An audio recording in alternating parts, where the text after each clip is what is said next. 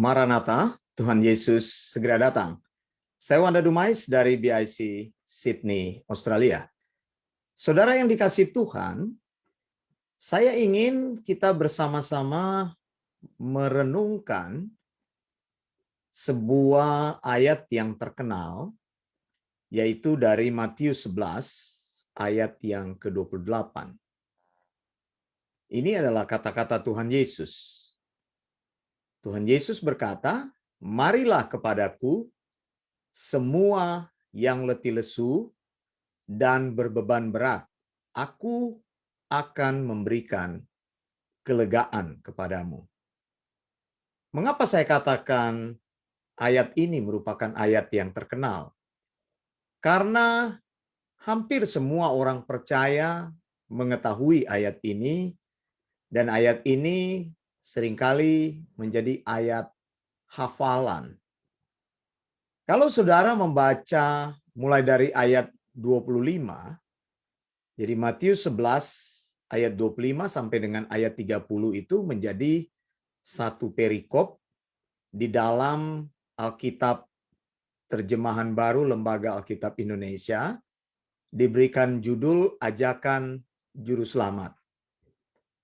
Saya setuju dengan judul yang ditaruhkan oleh Lai ini. Mengapa saudara?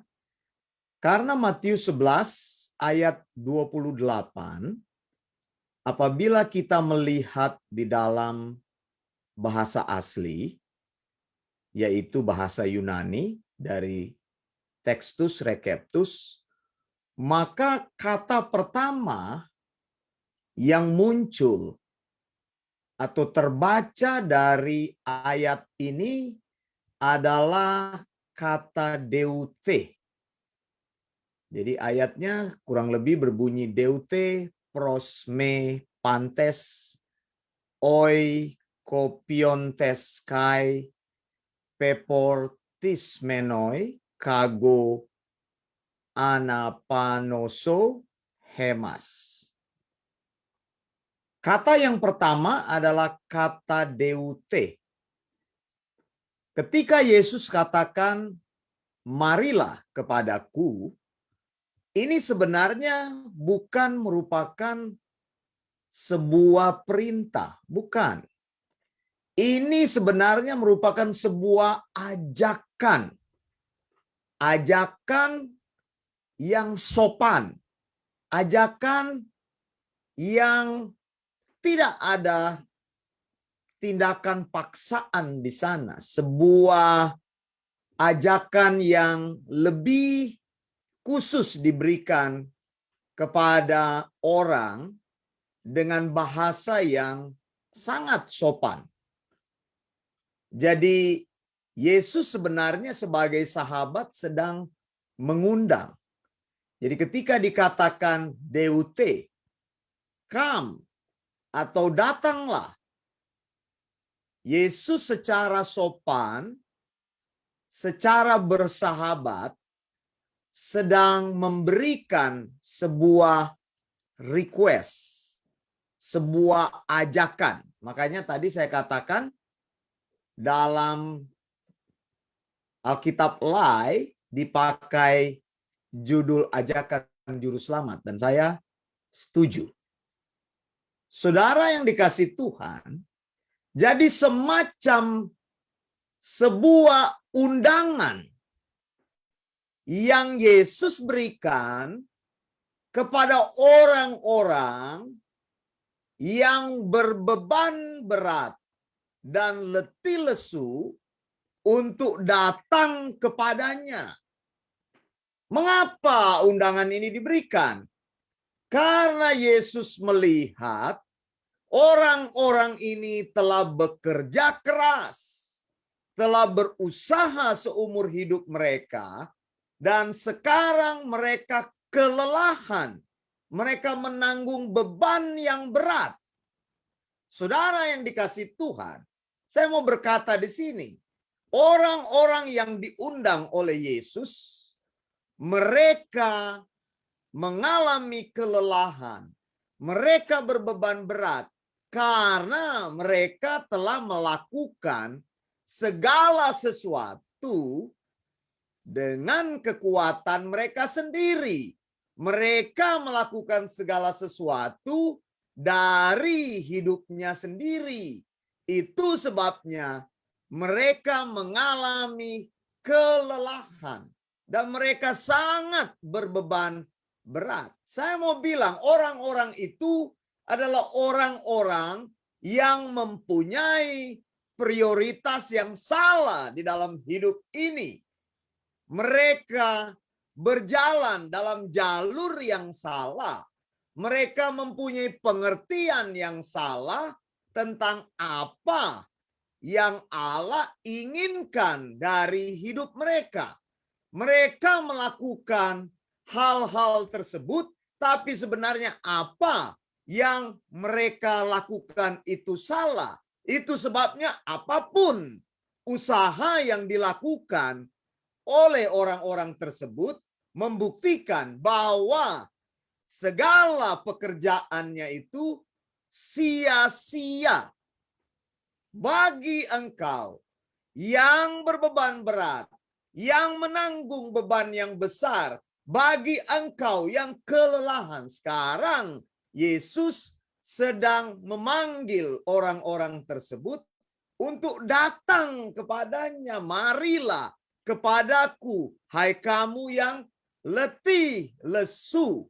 Dan Yesus katakan, aku akan memberikan kepadamu kelegaan. Janji kelegaan diberikan. Aku akan memberikan kepadamu rest. Aku akan memberikan kepadamu istirahat. I will give you refreshment for your souls.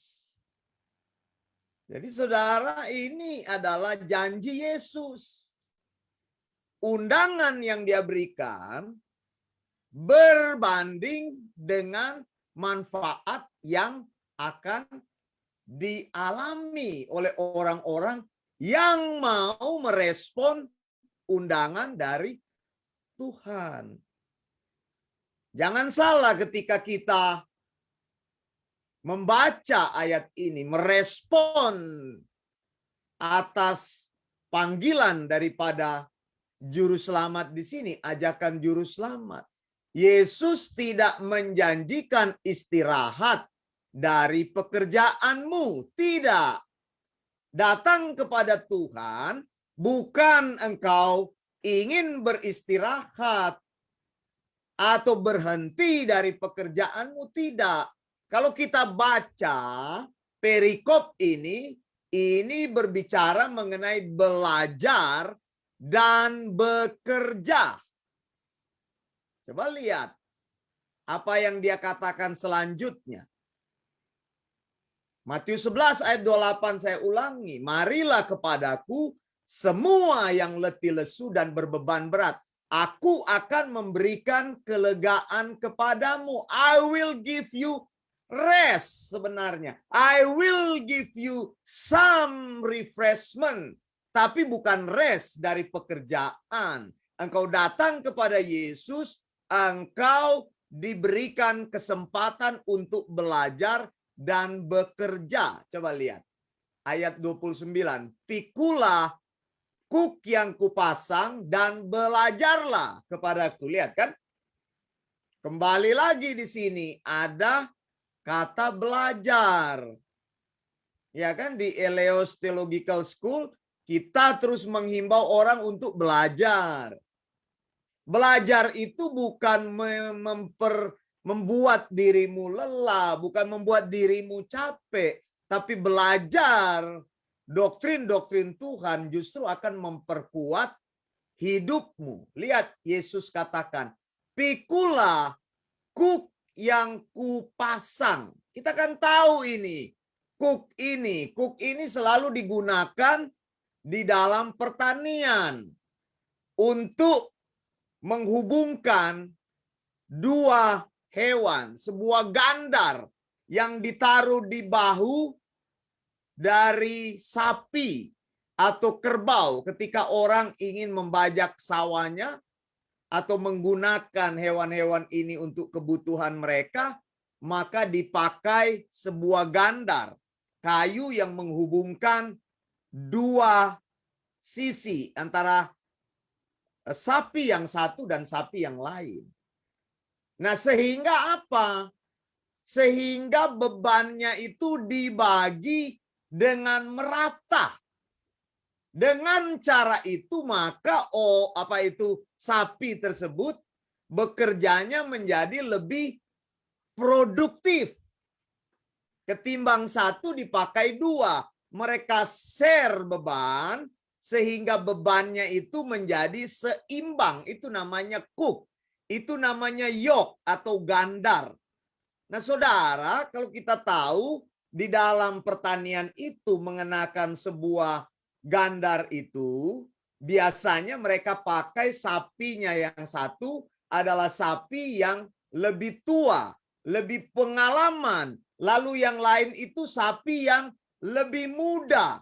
Kenapa? Supaya sapi yang pengalaman bisa mengajar sapi yang belum pengalaman. Begitu. Jadi dipakai keseimbangan begitu. Yang satu sapi yang lebih tua, yang satu sapi yang lebih muda. Ditaruh di dalam satu gandar. Coba tanya kepada para petani. Supaya kita mempunyai pengalaman itu.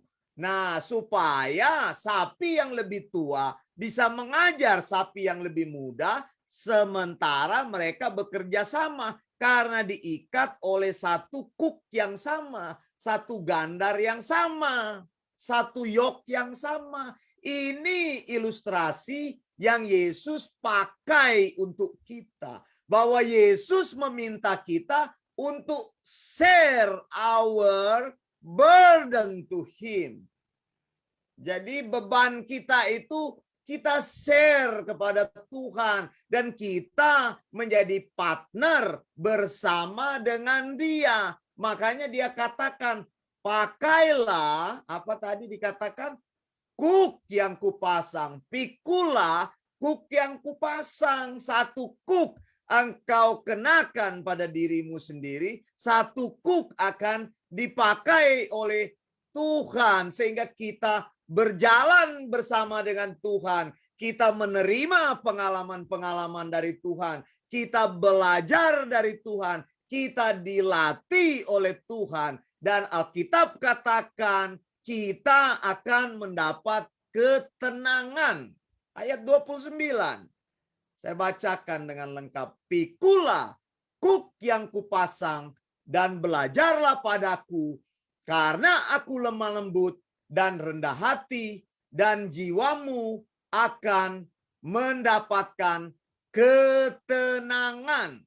Jadi ketika Yesus memanggil kita, dia menjanjikan sebuah rest bagi kita karena selama ini kita selalu bekerja dengan diri kita sendiri. Kita bekerja dengan prioritas-prioritas yang kita lakukan sendiri. Kita bekerja dengan prioritas yang salah. Kita melakukan pekerjaan dengan kekuatan kita sendiri. Sekarang Tuhan mengundang kita untuk datang kepadanya memikul kuk tadi. Dan kita bisa belajar dari Tuhan. Datang kepada Tuhan itu adalah datang untuk belajar, saudara. Jangan jadi orang Kristen yang ignorance. Begitu. Saya juga tidak suka kalau orang dengar khotbahnya Pendeta Wanda Dumais, dia cuma bilang amin saja, Maranatha Blessing. Padahal nggak dengar begitu. Saya nggak tahu gitu orang-orang yang bilang Maranatha Blessing itu dengar nggak itu khotbah-khotbah itu, ajaran-ajaran itu, pelajaran-pelajaran yang disampaikan. Kalau dengar pasti diubahkan gitu. Tapi kalau tidak berubah, saya yakin ini hanya tulis Maranatha Blessing, Maranatha Blessing. Tapi sebenarnya tidak dengar begitu. Ada juga yang dengar tapi lewat saja itu firman Tuhan yang disampaikan. Tidak pernah menjadi produktif dalam hidupmu. Mengapa? Karena engkau tidak pernah belajar dari Tuhan. Tuhan mau kita bersama-sama berjalan supaya bebannya bisa di-share. Tadi saya sudah memberikan kepada saudara melalui ilustrasi gandar itu, ilustrasi kuk itu, Yesus ingin berpartner dengan kita sehingga kita bisa bekerja lebih produktif, menjadi orang Kristen yang lebih produktif, menjadi orang Kristen yang lebih terbangun, menjadi batu-batu yang hidup yang bisa membangun bukan hanya diri kita sendiri, tapi membangun diri orang lain, menjadi hamba Tuhan yang bisa menyampaikan sound doktrin dari Tuhan. Kita mendengar dari Tuhan, kita meneruskan sound doktrin itu, dan sound doktrin itu akan diteruskan dari generasi ke generasi sehingga tidak pernah terputus dari dalam kehidupan manusia. Pengajaran yang benar seharusnya menjadi bagian hidup kita. Sekali lagi saudara, saya ingin engkau membuka telingamu, saya ingin engkau mendengarkan, saya ingin engkau memahami setiap pengajaran. Jadi jangan cuma like ya saudara ya. Jangan cuma like khotbah saya. Itu tidak betul saudara. Jangan cuma kasih tanda love. Jangan cuma kasih tanda like saudara. Engkau harus dengar supaya firman Tuhan bisa mengubah hidupmu. Kehidupan Kristen, kehidupan yang produktif atau belajar. Makanya saya sering tegur orang-orang itu. Kamu cuma like aja. Kamu nggak pernah belajar. Mau jadi hamba Tuhan. Mau untung nampang-nampang di mimbar berdiri sampaikan firman, foto sana sini, tapi firman Tuhannya memble, tidak pernah keluar ajaran yang benar. Kalau mau belajar, duduk di bawah kaki Tuhan, belajar dari Eleos Theological School, belajar sound doktrin yang benar supaya engkau bisa mengeksegesis firman yang benar. Hidupmu menjadi produktif, menjadi hamba Tuhan yang benar ya, bukan hamba Tuhan yang hanya tipu-tipu orang, sampaikan firman, nggak pernah belajar, sudah mau menyampaikan firman di mimbar. Bagaimana engkau sendiri nggak tahu mau mengajar orang? Saya Wanda Dumais dari BIC Sydney, Australia. Maranatha, Tuhan Yesus segera datang. Blessings.